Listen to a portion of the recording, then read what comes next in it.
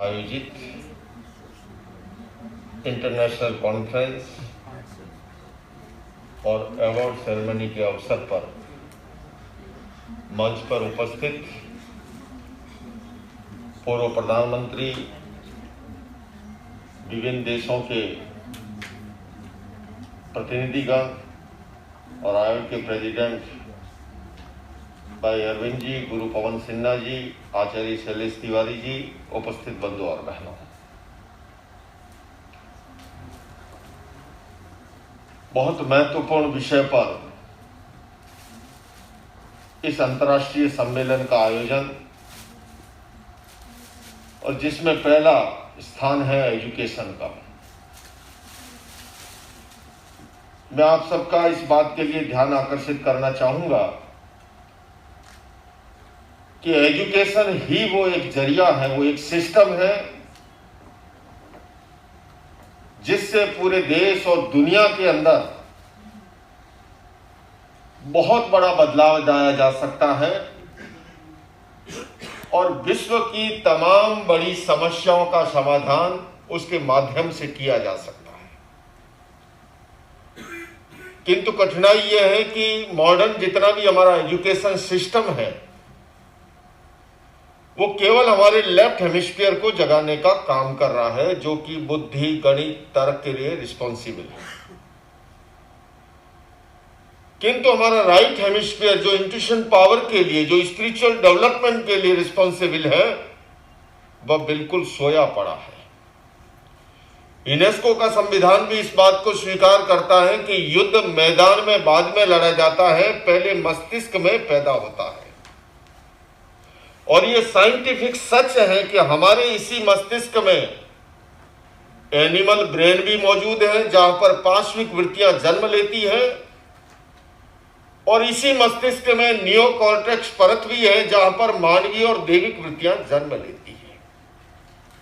हमारी प्राचीन शिक्षा प्रणाली का जो आधार था, आज वो विस्मृत होता जा रहा है। आज शिक्षा के द्वारा अच्छे डॉक्टर बन रहे हैं, वकील बन रहे हैं, इंजीनियर बन रहे हैं, किंतु एक अच्छे इंसान का निर्माण कैसे हो, उसके लिए अपेक्षा है सर्वांगीण और संतुलित विकास की।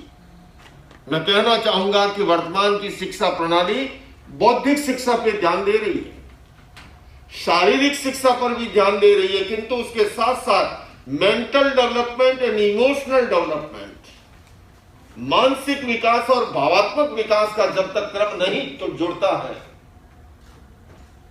हम और आप सभी चाहते हैं हिंसा और आतंक का समाधान हो, किंतु उसके समाधान के लिए भी जब तक हम जड़ में, रूट कॉज में नहीं जाएंगे, मूल में नहीं जाएंगे, क्योंकि जब जब व्यक्ति का एनिमल ब्रेन जागृत होता है तब तक वो पांचविक वृत्तियों में संलग्न होता है। हमें ये टुकड़ों टुकड़ों में दिखने वाली समस्या, कभी हिंसा जातिवाद के नाम पर, कभी वर्णवाद, कभी रंगवाद, कभी नस्लवाद, कभी संप्रदायवाद, कभी क्षेत्रवाद, किंतु उसका रूट कॉज है जब जब व्यक्ति का एनिमल ब्रेन जागृत होता है तब तक वो पांचविक वृत्तियों में, हिंसा जैसे कार्यों में संलग्न होता है। यही कारण है कि कभी कोई वर्जीनिया की यूनिवर्सिटी का एक स्टूडेंट 32 स्टूडेंट को शूट करके रख देता है। मैं अधिक लंबा समय नहीं लूंगा, किंतु इतना अवश्य कहना चाहूंगा, एक व्यक्ति गाड़ी लेके जा रहा था, ट्रैफिक पुलिस वाले ने देखा तो उसके लाइट नहीं है, रात्रि का समय था। ट्रैफिक पुलिस वाले ने गाड़ी को रोकने की चेष्टा की, भैया गाड़ी कहां दौड़ा रहे हो, इसके लाइट भी नहीं है। उसने कहा बीच में से हट जा, नहीं तो मारा जाएगा, इसके ब्रेक भी नहीं है। वह गाड़ी कितनी खतरनाक होगी जिसके लाइट भी ना हो, जिसके ब्रेक भी ना हो।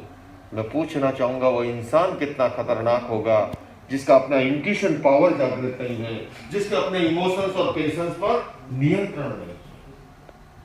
इसलिए मैं बधाई देना चाहता हूं कि इस अंतर्राष्ट्रीय सम्मेलन के साथ एजुकेशनल रिफॉर्म्स की बात की गई, सुरक्षा की बात की गई है, और साथ ही साथ आर्थिक विषय पर भी यह चिंतन होने वाला है। मैं इतना ही कहना चाहूंगा, एक संत होने के नाते हमारा आर्थिक विकास के संदर्भ में भारतीय दृष्टिकोण जो है वो बहुत ही संतुलित और हेल्दी सोसाइटी के निर्माण में सहायक बन सकता है। हमारे उपनिषदों में पुरुषार्थ चतुष्टय की कल्पना की गई, अर्थ, काम, धर्म और मोक्ष। धर्म का विकास से विरोध नहीं है, धर्म का डेवलपमेंट से कहीं विरोध नहीं है, किंतु धर्म का यह अवश्य कहना है कि विकास अध्यात्म की नींव आधारित होता है तो जीवन में वरदान बनता है, और नहीं तो कभी कभी वरदान की बजाय अभिशाप भी बन जाता है। तो हमारी केंद्र के अंदर चेतना, आत्मा और पदार्थ हमारे यहां परिधि में रहा है, किंतु वर्तमान समय में हम उसे खोते जा रहे हैं। आज केंद्र में चेतना नहीं, पदार्थ को रखा जा रहा है, और परिधि में ढूंढने जाए तब भी चेतना और आत्मा का मिलना दुर्लभ हो गया है। और यह केवल उपनिषद में नहीं, आप भगवत गीता को, अभी बहन पार्वती ने होली ग्रंथ भेंट किया भगवत गीता का, गीता जी का आखिरी श्लोक है, यत्र योगेश्वर कृष्ण यत्र पार्थ धनुर्धर तत्र श्री विजयो भूति दुर्वा नीति मतिर्मय। लोकमान्य तिलक जी ने इसकी टीका लिखते हुए लीक से हटके अर्थ किया, और वो यहाँ बड़ा प्रासंगिक है। इस मोड़ पे मैं कहना चाहूंगा कि जो बात उपनिषद में कही, लोकमान्य तिलक ने योगीराज कृष्ण को अध्यात्म का प्रतीक माना और अर्जुन को भौतिकता का प्रतीक मानते हुए कहा कि जहां पर अध्यात्म और भौतिकता के बीच में संतुलन है, समन्वय है, वहीं पर श्री है, वहीं पर लक्ष्मी है, वहीं पर भूति है। इसलिए मैं आए हुए सभी प्रतिभागियों से यही कहना चाहूंगा कि दिन भर जो चर्चा चलेगी, उस चर्चा के दौरान इन बंधुओं को भी अगर बीच में रख करके हम करेंगे। और जहां तक सुरक्षा का सवाल है, वहां पर भी यही प्रश्न आता है कि सुरक्षा क्या केवल पदार्थ की ही सुरक्षा या चेतना की ही सुरक्षा? क्योंकि आखिर पदार्थ है किसके लिए? हमारे दो तत्व है, जीवन है, दूसरा आजीविका है। आजीविका जीवन के लिए है, जीवन आजीविका के लिए नहीं है।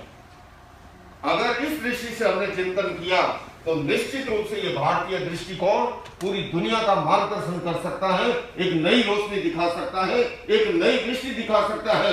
और इसी की बदौलत भारत विश्व गुरु कहलाता रहा है और आगे भी इस दिशा के अंदर और विकास हो सकता है।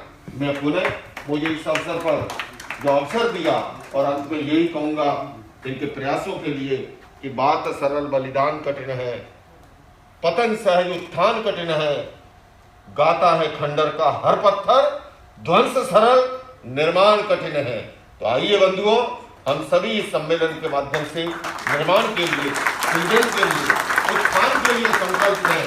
और जिस मंच पर अलग अलग क्षेत्रों के लोग हो, धर्म गुरु भी हो, सत्ता के शिखर पर बैठे हुए लोग भी हो, प्रशासन के लोग भी हो और शिक्षा के लोग भी हो, मैं यही आपको आह्वान कर रहा हूं भारत की इस भूमि से कि आओ मिलकर बैठे आपस में बात करें, चार कदम ही सही चलने का साथ करें।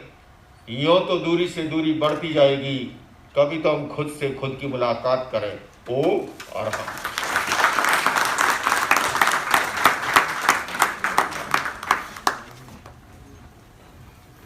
धन्यवाद धर्मगुरु जी, आपके दिखाए हुए मार्गदर्शन पे हम लोग जरूर अमल करेंगे और आगे लेके जाएंगे। Now I request